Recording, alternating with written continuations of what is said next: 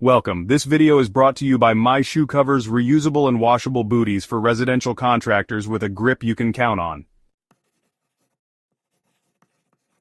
Running an electrical contractor business and wondering how to price your jobs? Pricing correctly can make or break your business. In this video, we'll walk you through how to price electrical jobs and ensure you're charging what you're worth while staying competitive.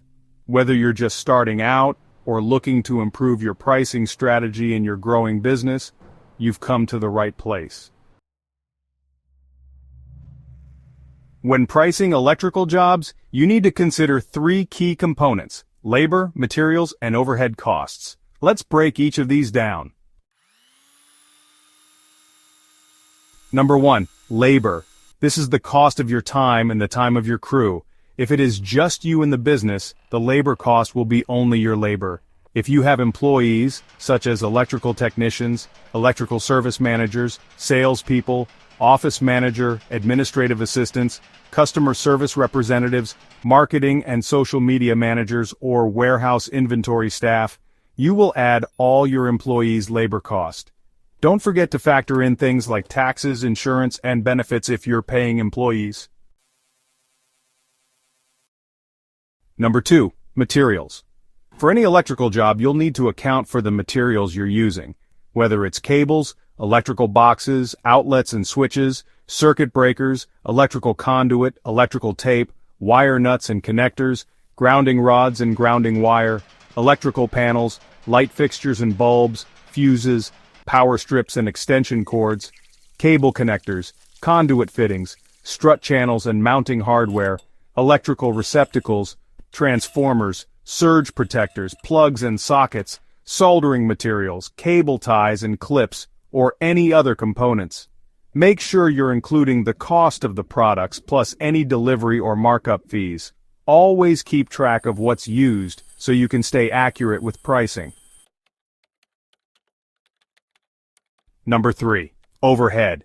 This includes everything else that you spend on to run your electrical contractor business: rent or mortgage for office or shop space, utilities like electricity, water, internet, and phone, insurance such as general liability, workers' compensation, and vehicle insurance, vehicle expenses like fuel, maintenance, registration, and depreciation, advertising costs including online ads and print ads, software subscriptions, licensing and permit fees, training and certification costs, or any other cost associated with running your business. You want to make sure that the business stays profitable, so you need to factor in a portion of these expenses into your pricing. After calculating your annual labor cost and your annual overhead cost, you need to determine your hourly rate charged to the customer for you to break even. This is the step that many electricians miss, so pay close attention. Let's leave the material cost aside for now. We will discuss it a little later in the video. First, you have to determine your actual billable hours. For simplicity, let's just assume that it is just you in the business for now. You are paying yourself $60,000 a year and your overhead cost is $30,000 per year. With a 40-hour work week and 52 weeks per year, that comes up to 2080 available billable hours per year. Let's subtract 1 month or 160 hours for vacation and sick days, and we are left with 1920 available hours to bill per year. You have to find out how many hours you and your technicians can actually bill to the customer. As a minimum, you should be billing at least 50% of your time. You are still working 8 hours a day or paying a full-time employee for 8 hours of work, but the customer gets billed for only 4 hours. Remember, you had 1920 hours available to bill. At 50% actual billing to the customer, this brings down your actual billing hours to 960 hours per year. You had a $60,000 salary and $30,000 overhead with 960 actual billing hours. You will divide 90,000 by the 960 hours and get the break-even hourly rate of $93.75. Thus, you need to bill your customer $93.75 per hour for labor to cover your salary plus overhead. Let's assume that you hire one more technician and one CSR to help with billing and scheduling, and your new annual overhead cost is now $220,000. Since you have a technician, your available billing hours will now be 960 hours by 2 or 1920 hours. You will divide 220,000 by the 1920 hours, and your new break-even hourly rate that you and your technician must charge to cover your expenses is now $114.80. Essentially, every time you increase your overhead cost, you will have to calculate your new hourly rate to cover the extra cost of your business. Now that we know our break-even hourly rate, we have to add profit for our business. A healthy gross profit margin for an electrical contractor business is between 20 and 30%. Let's assume that your desired gross profit margin is 20%. In our example, solo electrician business, you will divide your break-even hourly rate of $93.75 by 0.80 and get your new hourly rate of $117.18. This is the hourly rate that you need to charge your customer to cover your labor and your overhead, and brings you a 20% gross profit margin. Remember, we are not talking about the materials yet.